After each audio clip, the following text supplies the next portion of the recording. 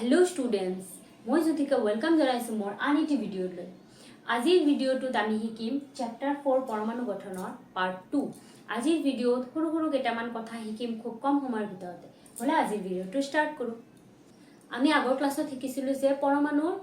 গঠনৰ ধাৰণা কি আছিল। আমাৰ তিনিজন সাইন্টিস্টে পৰমাণুৰ তিনি ধৰণৰ ধাৰণা দিছিল, হয়নে নাই? তো তাৰে মাজত আমি এটা ধাৰণা একসেপ্ট কৰি লৈছো, সেইটো হ'ল নীল বৰে দিয়া ধাৰণা। এতিয়া নীল বৰে আমাক পৰমাণু এটা কেনেদৰে সজ্জিত হৈ থাকে সেইখিনি ধাৰণা দিছিল। তেওঁ এটা কথা কৈছিল কি যে পৰমাণু এটাৰ বহিৰ্তম কক্ষত আমাৰ কি থাকে, ইলেক্ট্ৰন থাকে। তাৰ মানে পৰমাণু এটাৰ চাৰিওফালে ইলেক্ট্ৰনসমূহ ঘূৰি থাকে। তো এই ইলেক্ট্ৰনসমূহ কেনেদৰে থাকিব? ইলেক্ট্ৰনসমূহতো যেনে তেনে ভাৱে সিঁচৰিত হৈ থাকিব নোৱাৰে, নিশ্চয় ইয়াৰে কোনো এটা পাৰ্টিকুলাৰ পেটাৰ্ন লাগিব, যে কেনে পেটাৰ্নত ইলেক্ট্ৰনসমূহ আমাৰ নিউক্লিয়াছৰ চাৰিওফালে ঘূৰি থাকে। তো তাৰ কাৰণে বৰে কি কৰিছিল, বৰ আৰু বুৰি দুজন সাইন্টিস্টে একেলগ হৈ এটা থিওৰি দিছিল। তাক আমি বৰ বুৰি থিওৰি বুলি কওঁ। বৰ বুৰি থিওৰি মতে বৰ বুৰিয়ে কিছুমান নিয়ম আমাক বান্ধি দিছিল যে কেনেকৈ ইলেক্ট্ৰনবোৰ নিউক্লিয়াছৰ চাৰিওফালে সজ্জিত হৈ থাকিব, কি নিয়ম মানিব। তো চাবা, নম্বৰ 1, আমাৰ যি পৰমাণুৰ চাৰিওফালে ইলেক্ট্ৰনবোৰ ঘূৰি থাকিব তাৰ এটা নাম আমি জানিছিলো। তাৰ মানে এই কক্ষপথবোৰৰ এটা নাম আছিল, যাক আমি শেল বুলি কৈছিলো, শক্তি স্তৰ বুলি কৈছিলো। আৰু ইয়াক আমি কিহেৰে ৰিপ্ৰেজেন্ট কৰিছিলো, এনেৰে আমি বুজাইছিলো। এন মানে শক্তি স্তৰ। তো 1 নম্বৰ স্তৰ হলে n = 1, 2 নম্বৰ হলে n = 2, 3 নম্বৰ হলে n = 3। তাক আমি KLM এনেকুৱা নামেৰে নামকৰণ কৰিছিলো, ঠিক আছে। এতিয়া চাবা, তেওঁৰ প্ৰথম ফৰ্মুলা মতে তেওঁ কি কৈছে যে কোনো এটা পৰমাণুৰ বহিৰ্তম কক্ষত আটাইতকৈ বেছি কিমান ইলেক্ট্ৰন থাকিব পাৰে, 2n²। ঠিক আছে, আটাইতকৈ বেছি 2n² ইলেক্ট্ৰনহে থাকিব পাৰে। যদি পৰমাণু এটাৰ কক্ষপথ 1 হয়, তেনেহলে আমাৰ 1 নম্বৰ কক্ষপথত থকা আটাইতকৈ বেছি ইলেক্ট্ৰন কিমান হ'ব, 2 × 1² = 2। যদি n = 2 হয়, তেনেহলে 2 নম্বৰ কক্ষপথত থকা আটাইতকৈ বেছি ইলেক্ট্ৰন আমাৰ কিমান হ'ব, 2² = 8, etc. আমি এনেকৈ বিভিন্ন আৰু যিমান শক্তি স্তৰ পাম সিমান শক্তি স্তৰৰ আমি নাম্বাৰ অফ ইলেক্ট্ৰনছ ক্যালকুলেট কৰিব পাৰিম, যে আটাইতকৈ বেছি কিমান ইলেক্ট্ৰন সেই কক্ষপথটোত ধৰিব বা থাকিব পাৰিব। এতিয়া নম্বৰ 2 নিয়মটোলৈ আহো। নম্বৰ 2 নিয়ম আমাৰ এনেকুৱা দিছিল যে পৰমাণু এটাৰ যিটো বহিৰ্তম কক্ষ থাকিব, এইটো পৰমাণু নিউক্লিয়াছ, এইটো পৰমাণু আন শক্তি স্তৰ। এতিয়া বহিৰ্তম যিটো কক্ষপথ থাকিব, তাত কিন্তু মেক্সিমাম 8টাহে ইলেক্ট্ৰন থাকিব পাৰিব। 8টাতকৈ কম ইলেক্ট্ৰনো থাকিব নোৱাৰে, 8টাতকৈ বেছি ইলেক্ট্ৰনো থাকিব নোৱাৰে। এইটো নিয়ম তোমালোকে মনত ৰাখিবা, ঠিক আছে। এতিয়া নম্বৰ 3 কি দিছিল, পৰমাণু এটা যেতিয়া এটা কক্ষপথ ইলেক্ট্ৰনেৰে সম্পূৰ্ণ হ'ব, তাৰ পিছতহে আৰু এটা কক্ষপথ পূৰ হ'বলৈ আৰম্ভ কৰিব পাৰিব। প্ৰথম শেলটোত যদি আমাৰ কিমানটা ইলেক্ট্ৰন থাকিব পাৰে, দুটা ইলেক্ট্ৰনেৰে সম্পূৰ্ণ হয়। 2টা ইলেক্ট্ৰনেৰে সম্পূৰ্ণ হোৱাৰ পিছতহে কিন্তু আমাৰ দ্বিতীয় কক্ষপথত যাব পাৰিব আৰু তাত মেক্সিমাম 8টা ইলেক্ট্ৰনৰে পূৰ হ'ব পাৰিব। এতিয়া ইয়াতে 8টা ইলেক্ট্ৰন পূৰ হোৱাৰ পিছত 9 নম্বৰ ইলেক্ট্ৰনটো আৰু ইয়াতে নোসোমায়। 9 নম্বৰ ইলেক্ট্ৰন ক'ত সোমাব, এইটো শক্তি স্তৰত সোমাব। এনেকৈ কিন্তু আমি ইলেক্ট্ৰনসমূহ সজাব লাগিব, ঠিক আছে। তো বৰবুৰিৰ যি আমাৰ থিওৰি আছিল, সেই থিওৰিটো তোমালোকে বুজি পালা। এতিয়া বলা আমি ইলেক্ট্ৰনবোৰ সজোৱা ট্ৰাই কৰোঁ। তো এতিয়া আমি বৰবুৰি আঁচনি মতে আমি ইলেক্ট্ৰনবোৰ সজোৱা ষ্টাৰ্ট কৰোঁ। তো ফাৰ্ষ্ট আমি হাইড্ৰজেন চাওঁ। হাইড্ৰজেন যদি চাওঁ, হাইড্ৰজেনৰ কি এইটো নিউক্লিয়াছ, আমাৰ কি হ'ব, বহিৰ্তম কক্ষত কিমানটা ইলেক্ট্ৰন থাকিব, এটা। এতিয়া আহো আমি হিলিয়ামত কিমান, 2টা, ঠিক আছে। এইটো হ'ল আমাৰ নিউক্লিয়াছ আৰু ইয়াৰে বহিৰ্তম কক্ষত আমাৰ কিমানটা ইলেক্ট্ৰন থাকিব, 2টা ইলেক্ট্ৰন, ঠিক আছে। এতিয়া লিথিয়ামৰ ক্ষেত্ৰত আমি চাম, এইটো নিউক্লিয়াছ, ইয়াৰে বহিৰ্তম কক্ষত কিমানটা ইলেক্ট্ৰন থাকিব, 1, 2।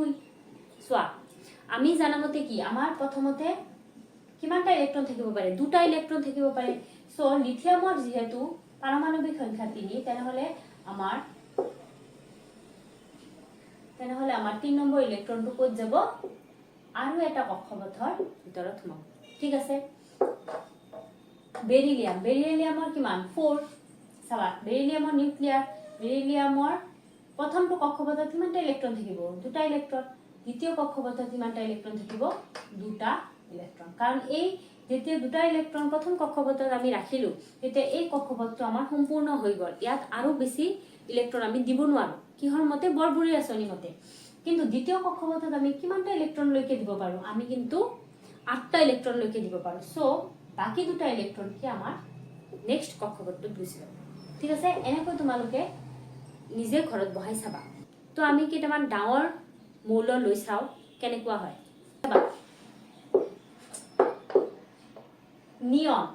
নিয়ন আমাৰ পাৰমাণবিক সংখ্যা 10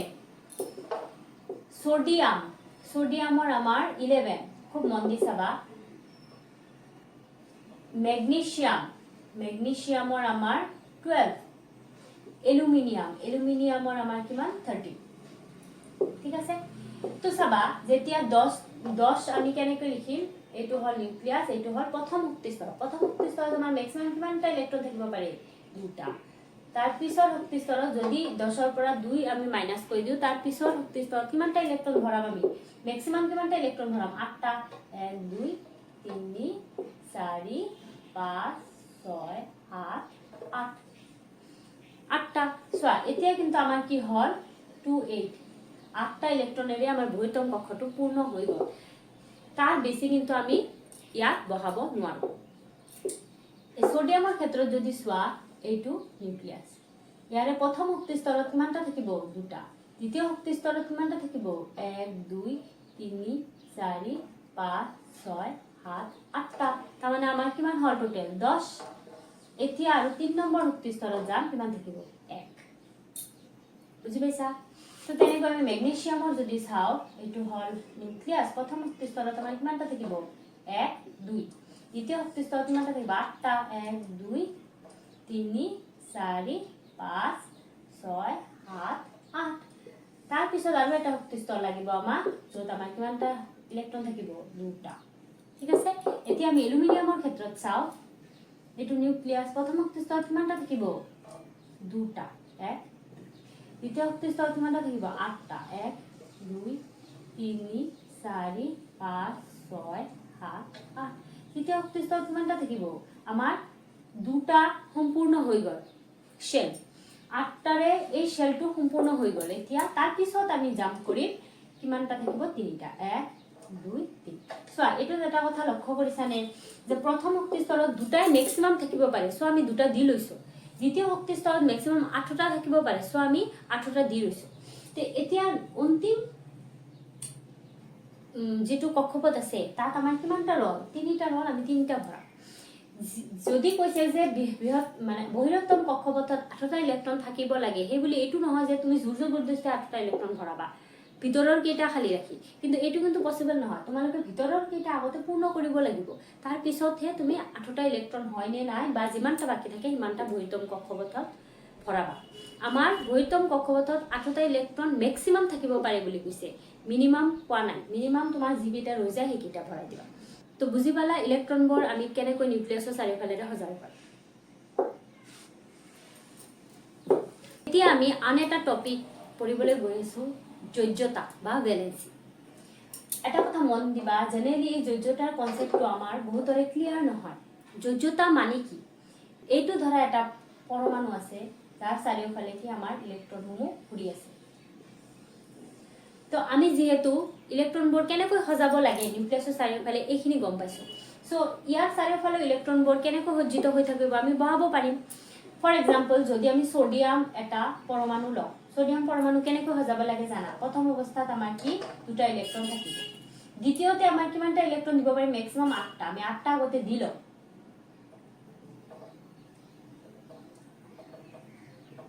তাৰ পিছত আমাৰ কিমানটা ইলেক্ট্ৰন থাকিব এটা ঠিক আছে কোন এটা পৰমাণুৰ বহিৰত্তম কক্ষত ম্যাক্সিমাম কিমান ইলেক্ট্ৰন থাকিব পাৰে 8 কিন্তু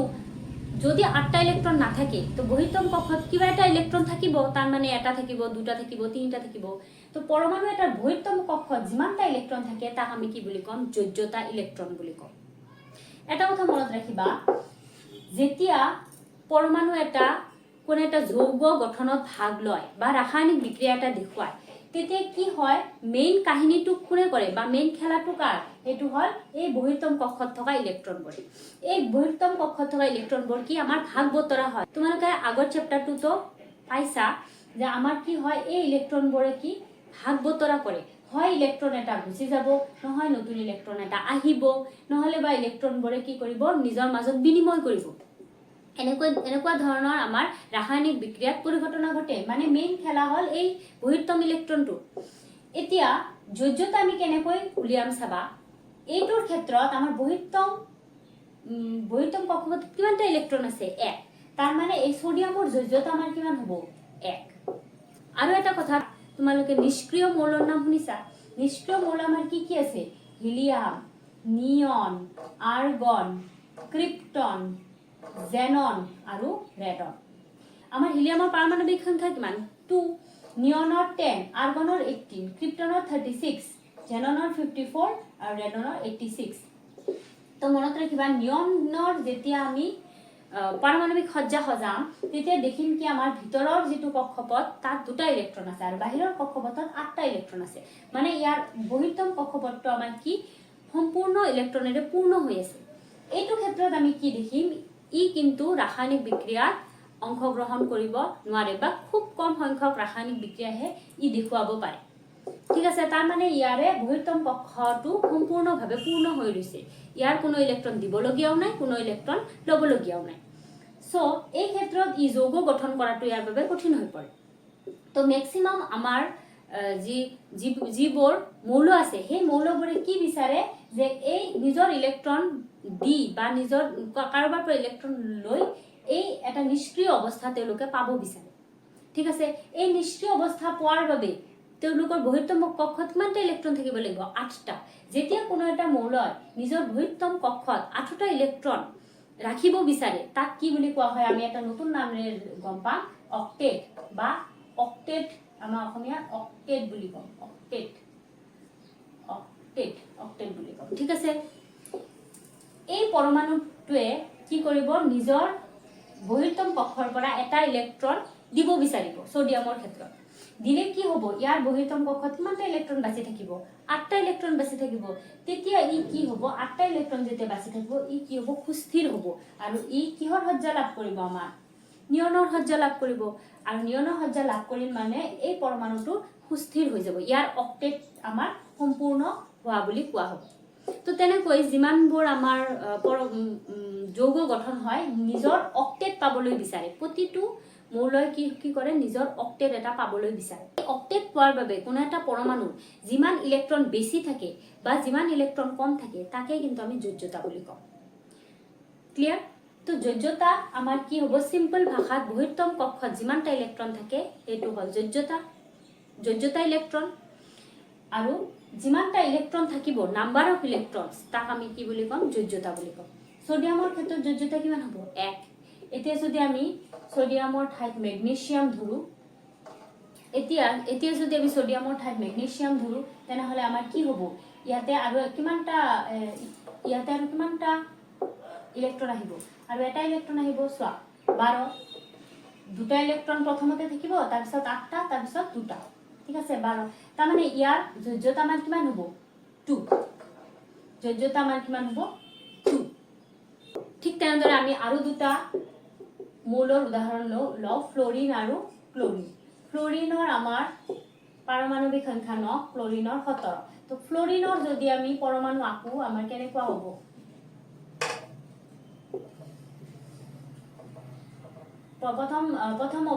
প্ৰথমটো আমাৰ কক্ষপথত দুটা থাকিব তাৰ পিছত কক্ষপথত কিমানটা থাকিব 7টা ঠিক আছে 7টা আৰু ক্লোৰিনৰ ক্ষেত্ৰতো প্ৰথমটো কক্ষপথত দুটা থাকিব দ্বিতীয়টো কক্ষপথত আমাৰ কিমানটা থাকিব 8টা থাকিব আৰু অন্তিমটো কক্ষপথত কিমানটা থাকিব 7টা থাকিব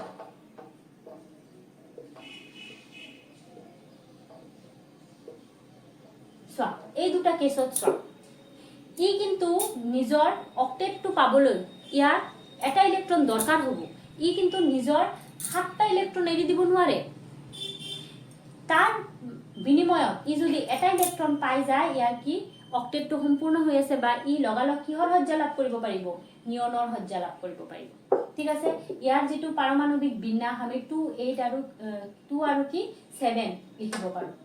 ইয়াতে যদি এটা ইলেক্ট্ৰন আমি আনি দিব পাৰো ই কি নিষ্ক্ৰিয় গেছৰ সজ্জা লাভ কৰিব আৰু সুস্থিৰ হ'ব তাৰ মানে ইয়াৰ যোজ্যতা আমাৰ কিমান হ'ব 1 ঠিক আছে ইয়াৰ লাগি আছে কিমানটা ইলেক্ট্ৰন এটা ইলেক্ট্ৰন তাৰ মানে ইয়াৰ যোজ্যতা 1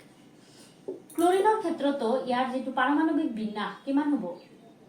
287 ইয়াৰ যদি এটা ইলেক্ট্ৰন আমি আনি দিও ই এটা সুস্থিৰ সজ্জা লাভ কৰি আছে আৰ্গনৰ ঠিক আছে তাৰ মানে এতিয়া ক্লোৰিনৰ যোজ্যতা কিমান হ'ব আমাৰ 1 হ'ব মনত থাকিব এইখিনিতে মই এটা বুদ্ধি তোমালোকক শিকাই দিও যদি কোনো এটা পৰমাণুৰ বহিৰ্তম কক্ষত 1 2 3 4 এনেকুৱা ইলেক্ট্ৰন থাকে তেনেহলে তাৰে ডাইৰেক্ট যোজ্যতা 1 2 3 4 এনেকৈ লিখিব পাৰিবা কিন্তু যদি 4তকৈ বেছি থাকে ধৰা 5 6 7 8 তেতিয়া হলে আমাৰ কি হ'ব 8ৰ পৰা এইখিনি মাইনাস হ'ব এইটো যদি বহিৰ্তম কক্ষত 5টা ইলেক্ট্ৰন থাকে তেনেহলে যোজ্যতা কিমান হ'ব 8 - 5 = 3 যদি 6 থাকে 6টা ইলেক্ট্ৰন থাকে বহিৰ্তম কক্ষত তেনেহলে ইয়াৰ যোজ্যতা কি হ'ব 8 - 6 = 2 যদি বহিৰ্তম কক্ষত 7টা ইলেক্ট্ৰন থাকে তেনেহলে যোজ্যতা কিমান হ'ব 8 - 7 = 1 যদি বহিৰ্তম কক্ষত 8টা ইলেক্ট্ৰন থাকে তেনেহলে ইয়াৰ যোজ্যতা কিমান হ'ব 8 - 8 = 0 তো পৰীক্ষাত এনেকুৱা এটা প্ৰশ্ন আহিব পাৰে যে এনেকুৱা দুটা মৌলৰ নাম লিখা যাৰ যোজ্যতা 0 বা 0 যোজ্যতাৰ মৌলৰ নাম লিখা তেনে লিখিব পাৰিবা নিষ্ক্ৰিয় মৌলৰ নাম লিখি দিবা helium neon argon krypton xenon radon etcetera ঠিক আছে তো এটো কথা মনত ৰাখিবা এই 5 নম্বৰ যোজ্যতাটোত কিন্তু তোমাৰ যোজ্যতা 3 হয় কেতিয়াবা যোজ্যতা 5ও শো কৰে তো মেইনলি তোমালোকে যদি তেনেকে লিখিব আহে 3 লিখি দিবা আৰু ডাঙৰ ক্লাছত পাবা যে যোজ্যতা খালি এটা নহয় দুটা তিনিটাও শো কৰিব পাৰে তেনেকুৱা ডাঙৰ ক্লাছত পাবা বৰ্তমানৰ কাৰণে 3 লিখি দিবা ঠিক আছে তো আশা কৰো তোমালোকৰ যোজ্যতাৰ যেটো কনসেপ্ট সেই কনসেপ্টটো ক্লিয়াৰ হৈছে তো আজিৰ ভিডিওটো এখিনিলৈকে যদি আৰু কিবা বুজি পোৱা নাই কমেন্টত মোক জনাবা মই সলভ কৰি দিয়াৰ কাৰণে ট্ৰাই কৰিম ঠিক আছে তো দেখা হ'ব নেক্সট ভিডিওটো বাই বাই